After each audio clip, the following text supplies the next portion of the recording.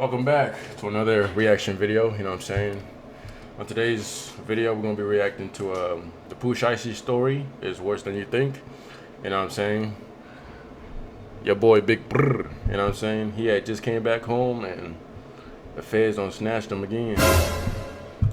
Now, the pooh shiesty story is definitely worse than people think. A lot of people are talking about it right now, but a lot of the details are getting mixed up. So, let me just break it down and give you the full story. So recently, rapper Pooh Shiesty was arrested in connection to a robbery and kidnapping case involving rapper Gucci Mane. And the story goes like this. On January 10,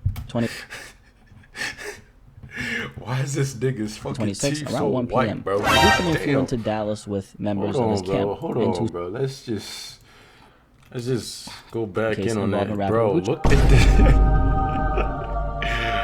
That shit is white as fuck, nigga. How your teeth whiter than your t-shirt, nigga? God damn, boy. Gucci Mane. And the story goes like this. On January 10, 2026, around 1 p.m., Gucci Mane flew into Dallas with members of his camp and 2 security guards for what was supposed to be a business meeting with rapper Pooh Shiesty. Pooh Shiesty had been signed to Gucci Mane's 1017 label since 2021, but at this point, he wasn't happy with the terms of his deal. So he asked, hey, look at that fat ass chain around his neck, nigga.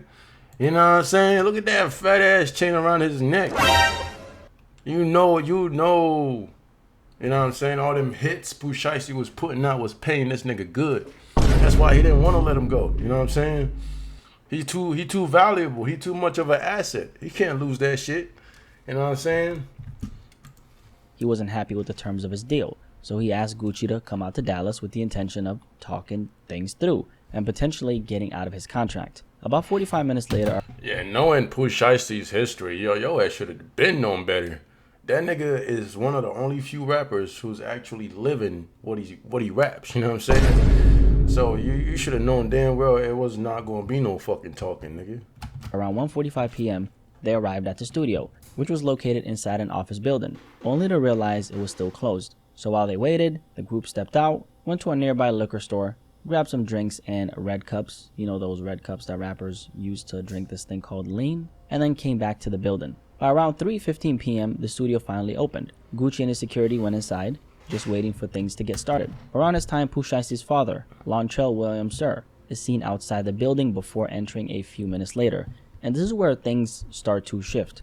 Around 3:43 p.m., 7 more men show up. However, they don't come through the main entrance. They slip in through a side door and make their way into the studio. One of them leaves briefly. That boy was 7, 8 niggas deep. He was not playing about that fucking... He was not playing about getting out that fucking deal, bro. That nigga was gonna get that shit done by any means necessary. God damn. Then comes back a minute later, now carrying a bag over his shoulder. At this point, what was supposed to be a normal business meeting is starting to look like something else entirely. Inside the studio, Gucci Mane and his people, including his security, are just kind of sitting there, watching a football game, completely unaware of what might be unfolding around them. Meanwhile, Pooh Shiesty steps out and gets on a phone call. From what could be overheard, it sounded like he was speaking to his probation officer, who was telling him he wasn't supposed to be out and needed to return immediately.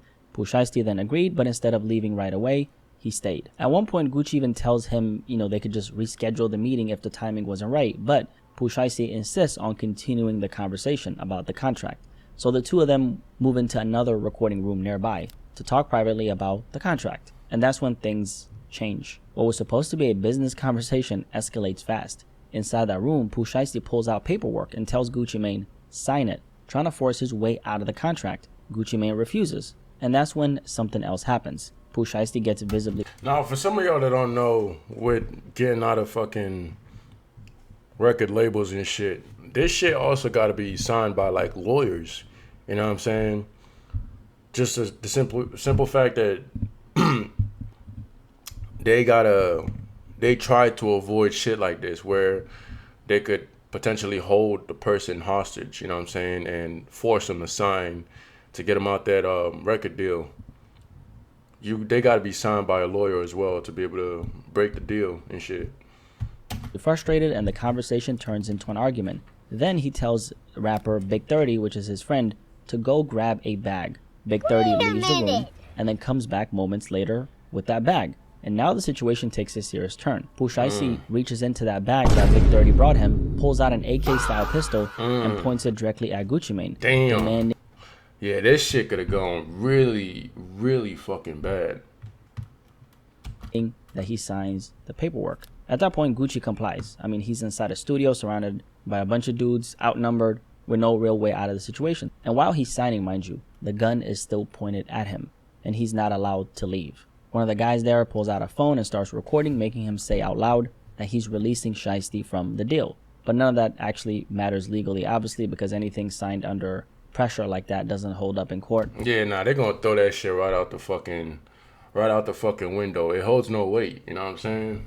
But that's beside the point. Once the paperwork is signed, it doesn't stop there. Shiesty and the others go on to rob Gucci Mane, taking his wedding ring, his watch, his earrings, and cash right there inside the studio. They even force him to write out the date on the paperwork. At the same time, in another room, things are getting just as serious. The group turns their attention to Gucci Mane's security team, guns are drawn, and they're outnumbered. They're robbed on the spot, wallets, chains, and other valuables taken from them. One of the security guards is put in a dangerous situation where he was nearly shot during the situation. At one point, he's even grabbed from behind, choked to the point where he's close to losing consciousness while being robbed at gunpoint. Another guard has his Rolex taken, along with a Louis V bag that contained multiple high-end watches, which included AirPods and his wallet. What they didn't, however, know is that some of those stolen items had Apple AirTags attached to them. And at that point, everyone inside is surrounded, with guns pointed at him and no real way out. The goons then block the door and prevent everyone from leaving, holding them still at gunpoint. Eventually, Gucci Mane is pushed back onto the couch, and Shiesty placed the barrel of a gun to the back of one of Gucci's people and told them it's time to leave. And just like that, it's over. At around 4:48 p.m., everyone leaves the building through the east entrance. Yeah, nah, them Memphis young niggas don't play that shit, bro. Them niggas get really active out there, bro. The situation could have been very, very worse had Gucci not fucking complied. You know what I'm saying? These are savages. they don't give a fuck about the law. They will gladly go back to prison. You know what I'm saying? And having that kind of mindset makes you a very fucking dangerous individual and shit. Not long after that, the situation is reported to the police. And once investigators start looking into it, things begin to line up very quickly. Surveillance footage from nearby buildings capture multiple vehicles leaving the area shortly after the robbery. A white Buick Enclave, a black Dodge Charger Hellcat, it's always a Hellcat, and a black Dodge Ram with a distinct roll bar in the back, all seen heading northbound. From there, law enforcement started digging deeper. Using license plate reader data, they're able to identify one of the key vehicles, the Hellcat, and that's when it gets more specific. The car is traced back to someone connected to the group, registered to the father of one of the individuals involved. More importantly, the same Charger had already been picked up earlier that day in the Dallas-Fort Worth area. Around 2:18 p.m., it was captured on camera driving close behind a black Dodge Ram. Yeah, Texas probably was like the worst state to commit this fucking crime because Lord knows, Texas law be putting belt to ass when it comes to like penalizing niggas for kidnapping and shit. They don't play that shit, bro. You would have been better off if you committed this crime in Tennessee, you know what I'm saying? But in Texas, yeah, nah, you cooked, bro. You cooked.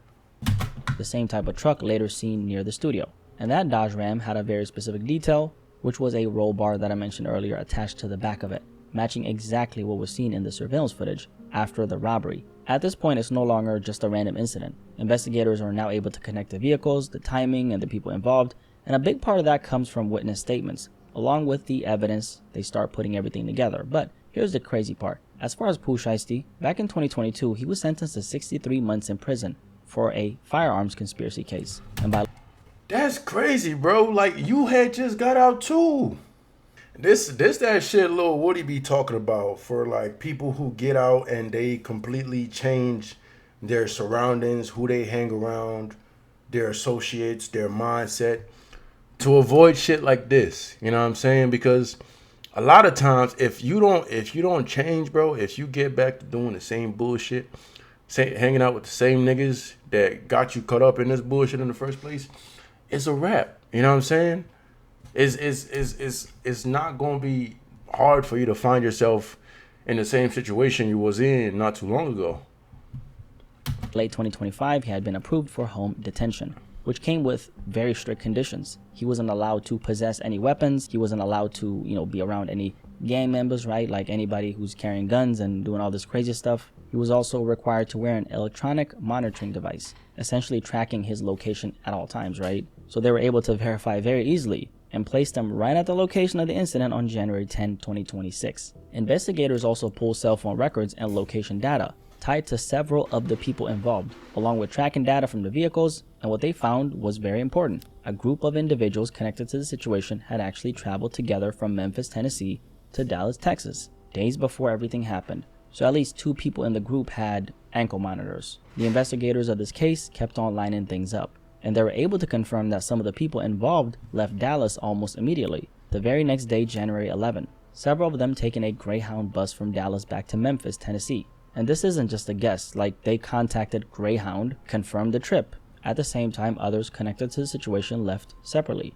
driving back from Dallas to Memphis just a couple days later. So now you have multiple people all tied to the same incident, leaving the city in different ways, but all heading back to the same place. And that movement ends up matching everything investigators had been seeing through surveillance and phone records. And investigators were also able to trace where the group was staying during all of this. After going through cell phone data and reports tied to the vehicles, they determined that several of the individuals involved were staying at a Comfort Inn Dallas from January 10 to January 11. Hotel records confirmed that multiple rooms were booked under one of their names. And when investigators review the surveillance footage from inside the hotel, it gets even more clear. They're able to spot several of the same individuals inside the building, wearing clothes that matches what was seen during the robbery earlier that day. Either these niggas don't give a fuck or they fucking slow, bro. Because there's no way you continued wearing the same outfit you was wearing when you committed a crime. That shit is crazy. And then here's the physical evidence, right? Investigators recover fingerprints from items left behind at the scene, including red plastic cups inside the studio, those lean cups. And then those prints are run through a national fingerprint database, and they got matches. 2 of the individuals involved are directly identified through those prints, linking them back to the same exact location where everything happened. And then here's what happened afterwards. Surveillance footage from the building shows one of the individuals leaving the scene carrying what appears to be the same Louis V bag that had just been reported stolen, but it doesn't stop there. Just a few days later, that same person posts a video on Instagram, dumb, right, wearing a Rolex that looks identical to one of the watches taken during the robbery. And this wasn't just any watch, it was the victim's I'm telling you, bro, these niggas don't give a fuck, bro. Cause you can't possibly be this fucking slow. Like I think they just don't give a fuck about the outcome, honestly.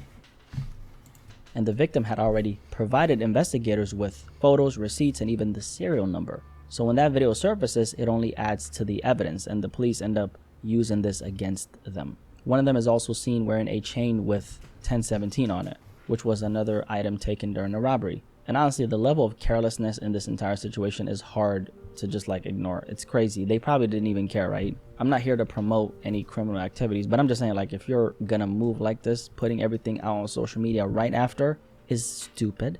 Now, stepping back from everything that happened, the reason this situation even started in the first place was over a contract. Pooh Shiesty wanted to sit down with Gucci Mane and talk about getting out of his deal. And to be fair, that part isn't unusual. A lot of artists sign deals early on and they later realize that they're not happy with the terms. That's pretty common, right? But what makes this different is... Yeah, Gucci Mane must have made a fucking big ass bag off of Pooh Shiesty, because I remember back in 2022, 2023, bro, this nigga was being played everywhere. I'm talking about all the radio station. You couldn't get away from listening to this nigga, bro. How it was handled, because instead of going through the proper channels, authorities say it escalated into robbery and kidnapping. And here's the thing, whether people want to admit it or not, Gucci Mane has actually helped Pooh Shiesty a lot. Now sure, he already had momentum before signing with him, but at the same time, Gucci Mane has been one of those guys who's consistently given opportunities to street rappers and helped take them to another level. Now the issue is when you mix business with emotion and a street mentality, this is usually what it turns into, and it really just shows you where that kind of mindset leads. There's no real structure, no long-term thinking. And once that starts bleeding into business situations, things get out of control fast. And I don't really understand trying to force someone to sign a contract at gunpoint. There's no real logic behind it. But then again, this wasn't about logic. And now look at the situation. Authorities are saying that if convicted, Pooh Shiesty and everyone involved could be facing up to life in prison. And this happened in Texas. And if you know anything about Texas, you know that they don't play. They hand out football numbers like candy and Halloween. Oh, God, nigga. Oh, God. Not to throw no shade, but your boy TK is a prime example. You know what I'm saying? This nigga been in there since he was like, what, 15, 16? Not looking good, man. Not looking good at all. We've already seen this with cases like the TK case, where he wasn't even the shooter in one of those cases and still ended up with 55 years in prison. Shit. Some long ass time, boy. And in another case where he was actually the shooter, he got 80 years in prison. That same system is what this situation is now falling under. And honestly, this should be a lesson, not just for Gucci Mane, not just for artists and hip-hop, but for everybody. You can't do business with people who move and think like this. Because once things get emotional, once that mindset takes over, the YN mindset, it can turn into something way bigger than it ever needed to be. Gucci Mane could have easily gotten killed in that situation. He's very lucky he even made it out of there, honestly. Because we all know how fast things can change when you got a group of All it would have took was from one of them security niggas to fucking resist, or try to fight them niggas. It would have been raps. That shit could have been a whole lot worse. 100%. YNs with guns acting off emotion. We've seen what kind of damage they can do. If you made it this far, drop a like on this video, and of course subscribe if you're new here. Nice to meet you. And honestly, this is one of those very foolish stories that I don't know what to say about. This is just Yeah, nah, crazy fucking story, man. You know what I'm saying? But anyways, that wraps it up for this video. You know what I'm saying? I hope you enjoyed. If you're new to the channel, be sure to like, subscribe, and I'll catch y'all on the next one. Peace.